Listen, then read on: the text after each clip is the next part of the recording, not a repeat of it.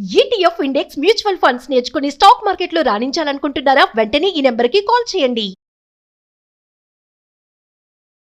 2026లో బంగారం రేటు బాగా తగ్గిపోతుంది, భారీగా ధరలు పడిపోతాయని అంటున్నారు. అది నిజమా? లేకపోతే ఇలాగే కంటిన్యూ అవుతుందా? లేదంటే ఇంకా పెరుగుతుందా?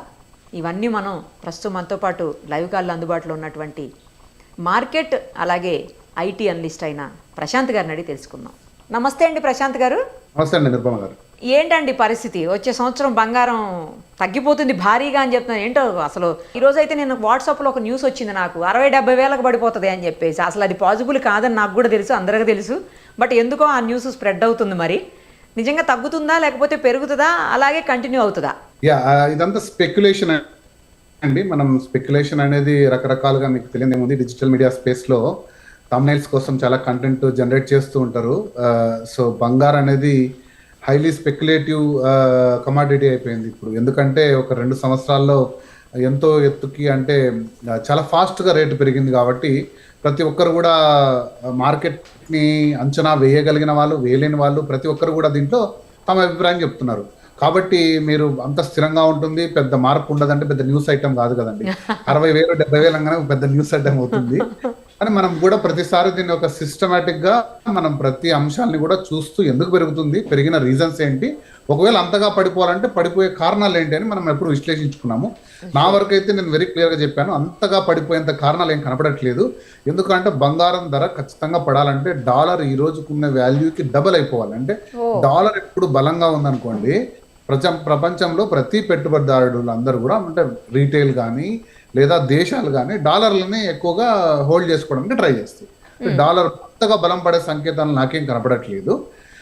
పైపచ్చు ఇంకా ఈ డాలర్ కూడా ఇంకా పడిపోతుంది. ఎందుకంటే యుఎస్ ఫెడ్ డిసెంబర్ మిడ్లో రేట్స్ తగ్గిస్తాయి అని ఒక అంచనా ఉంది, అంటే ఫెడ్ రేట్స్. సో మనకు కదా ఆర్బీఐ ఉన్నట్టు అక్కడ ఫెడరల్ బ్యాంక్ ఉంది. వాళ్ళు ఇంట్రెస్ట్ రేట్ తగ్గించినప్పుడు వాటి ఇంపాక్ట్ ఏంటంటే హోమ్ లోన్స్, పర్సనల్ లోన్స్ అన్ని కూడా తగ్గుతాయి. తగ్గినప్పుడు మోర్ డాలర్స్ వస్తాయి మార్కెట్లోకి. అంటే డాలర్ కొంచెం దాని పొజిషన్ డౌన్ అవుతుంది. ఎక్కువ మనీ ఉందనుకోండి, ఇన్ఫ్లేషన్ పెరుగుతుంది. అలాంటప్పుడు డాలర్ వైపు కాకుండా జనాలు బంగారము, తర్వాత వెండి, ఇటువంటి వాటి మీద ఇన్వెస్ట్మెంట్స్ చేసుకుంటారు. సో ఇది ఫస్ట్ రీజన్ డెఫినెట్గా. సెకండ్ రీజన్ ఏంటి అంటే, మనం చూస్తున్నాం గత 2 సంవత్సరాలుగా ప్రతి దేశం కూడా సెంట్రల్ బ్యాంక్స్ విరివిగా ఎక్కువగా బంగారం కొన్నది. ఒక ఇండియానే 50 టన్నులు కొనింది ఈ సంవత్సరం, చైనా కొనింది, జపాన్ కొనింది. ఇవి పెంచుకుంటూ వెళ్తున్నాయి. తమ విదేశీ నిల్వల్లో ఉండే డాలర్స్ శాతాన్ని తగ్గించుకుంటూ బంగారు నిల్వలు పెంచుకుంటున్నాయి. ఎందుకంటే రకరకాల కారణాలు మనం చూసాం. రష్యాతో యుద్ధం టైంలో అమెరికా ఒక్కసారిగా ఆంక్షలు విధించి డాలర్స్ అన్ని ఫ్రీజ్ చేసింది, రష్యా దాచుకున్న డాలర్స్ ని. ఒక్కసారిగా ఇలాంటి పరిస్థితి మనకు వస్తే ఏంటని, విదేశీ పరిస్థితులు, వార్స్ అంటూ, ఎకనామిక్ శాంక్షన్స్ అంటూ రకరకాలుగా ఉన్న పరిస్థితుల్లో డాలర్ ఒక అమాంతంగా పెరిగిపోయి బంగారు పడిపోయే అసలు ఎటువంటి ఇండికేషన్ కూడా నాకైతే కనపడట్లేదు. సో ఇలాగే కంటిన్యూ అవుతుంది, అయితే పెరుగుతుందేమోనన్న డౌట్ కూడా ఉంది కొందరిలో. అది చెప్పలేము. ఎందుకంటే మనకు 2 సంవత్సరాలుగా ఒక్కసారిగా పెరిగిందంటే, అంతకుముందు బంగారు నిల్వలు ఏ దేశాలు అంతగా పెంచుకోలేదు. సడన్ గా నిర్ణయం తీసుకోవడం అనేది ఒక సడన్ సర్జ్ వచ్చింది. అది కాకుండా డాలర్ అనేది ఒక ఆర్థిక పరిస్థితి కూడా 2 సంవత్సరాలుగా చూస్తే అంత బాగోలేదు. రెసెషన్స్ రావడము, తర్వాత డాలర్ పైన నమ్మకం సన్నగిలింది. కాబట్టి ఇన్వెస్టర్లు అందరూ కూడా బంగారం వైపు ఒకసారిగా పరుగు పెట్టారు. సో ఇప్పుడు అలానే ఉంటుందా అంటే మనం చెప్పలేం. కానీ బంగారు ఎప్పుడు కూడా హొరైజన్ లాంగ్ టర్మ్ లో ఈ బంగారు ఎప్పుడు కూడా రిటర్న్స్ ఇస్తుంది, మంచి రిటర్న్స్ ఇస్తుంది. మీరు ఒక 8% to 10% మంచి రిటర్న్ మీరు అనుకున్నారు అనుకోండి, అంటే బ్యాంక్లో ఎఫ్డి కంటే నేను ఎక్కువ సంపాదిస్తానండి, అది బంగారు ఖచ్చితంగా గత 70 ఏళ్ల చరిత్ర మీరు తీసుకుంటే లాంగ్ టర్మ్లో బంగారు ఎప్పుడు రిటర్న్ ఖచ్చితంగా ఇస్తుంది. వెండి పరిస్థితి ఏంటండి? ఎందుకంటే వెండి కూడా మీరు గతం నుంచి చెప్తూనే ఉన్నారు, బంగారం కంటే కూడా వెండి మీద ఎక్కువ పెట్టుబడి పెట్టండి, వెండికే ఎక్కువ పెరిగే అవకాశాలు ఉన్నాయని ఫస్ట్ నుంచి చెప్తూనే ఉన్నారు. మరి ఇప్పుడు నెక్స్ట్ 2026లో పరిస్థితి ఏంటి వెండిది? డెఫినెట్గా ఎందుకు మనం చెప్పామంటే, మనం చెప్పి డిస్కస్ చేసినప్పుడు దాదాపు 85,000 ఉండే కిలో దాదాపు 150,000, 60,000, 170,000 వరకు చేరింది. వెండి అనేది దాని డిమాండ్ వేరే, అది ఇండస్ట్రియల్ డిమాండ్. వెండి అది ఇంకా పెరుగుతూనే పోతుంది. అంటే ఇన్వెస్టర్స్ పరంగా వెండి బార్లని తీసుకొచ్చి టన్నులో లేకపోతే కిలోలు ఇన్వెస్ట్మెంట్ అనే దానికంటే కూడా ఇండస్ట్రీ అవసరాలకు అంతకంత పెరుగుతూ పోతుంది.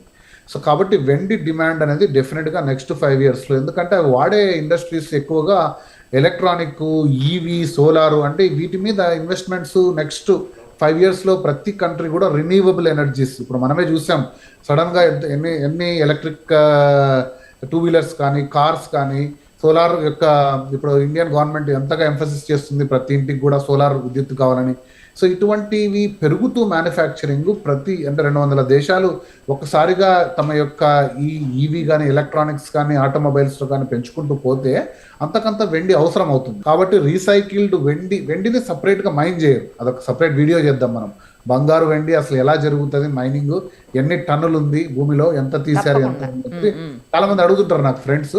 సో వెండిని సపరేట్ గా మైన్ చేయరండి. చాలా వరకు వెండి డిఫరెంట్ ప్రిషియస్ మెటీరియల్స్ ని తీస్తున్నప్పుడు ఒక బై ప్రోడక్ట్ గా వస్తుంది వెండి. సో అది వచ్చిన దాన్ని మనం అవసరాలకు వాడుకుంటాం, మాక్సిమం టైం రీసైకిల్ చేస్తుంటాం. సో ఇండస్ట్రియల్ పరంగా కూడా ఈ రీసైక్లింగ్ అవసరాలు ప్లస్ కొంచెంగా ఇంపోర్ట్ చేసుకుంటూ దాని డిమాండ్ అనేది పెరుగుతుంది. సప్లై అంతకంతకు చేయలేకపోతున్నారు కాబట్టి వెండి రేట్లు ఖచ్చితంగా పెరుగుతాయి. ఇంత నిర్దిష్ట శాతం నేను చెప్పలేను, కానీ డెఫినెట్గా వెండి స్థిరంగా బంగారు కంటే ఎక్కువ రిటర్న్ ఇస్తుందని నేను అయితే బలంగా నమ్ముతాను. సూపర్, అసలు థ్యాంక్ యూ అండి, థ్యాంక్ యూ సో మచ్.